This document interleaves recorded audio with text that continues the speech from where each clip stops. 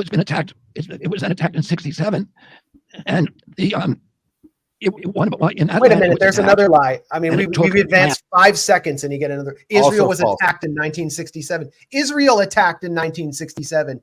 It destroyed the entire Egyptian Air Force before Egypt was able to do anything or had any plans to do anything.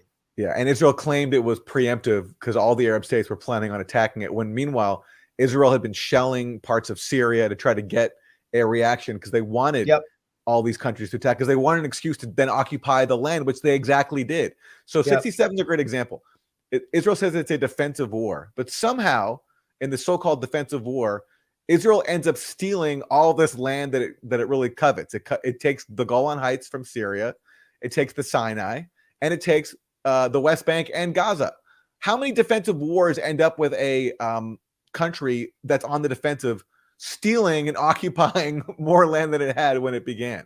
It's incredible. And I mean, again, there's so much scholarship done on this too.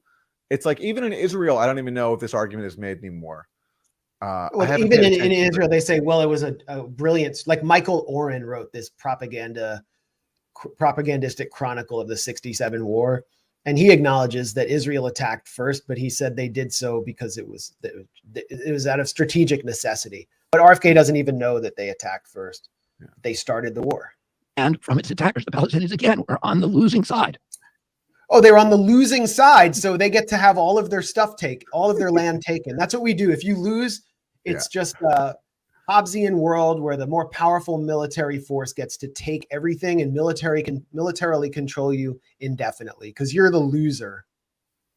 But it took strips of land from the attackers, which is the West Bank, Gaza, Sinai, and the Golan Heights.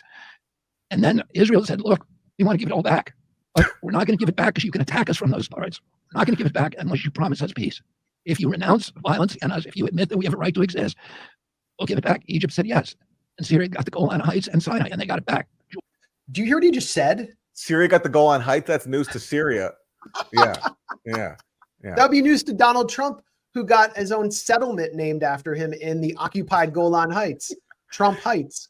And as you said earlier, he doesn't even know that the Golan Heights is still occupied by Israel.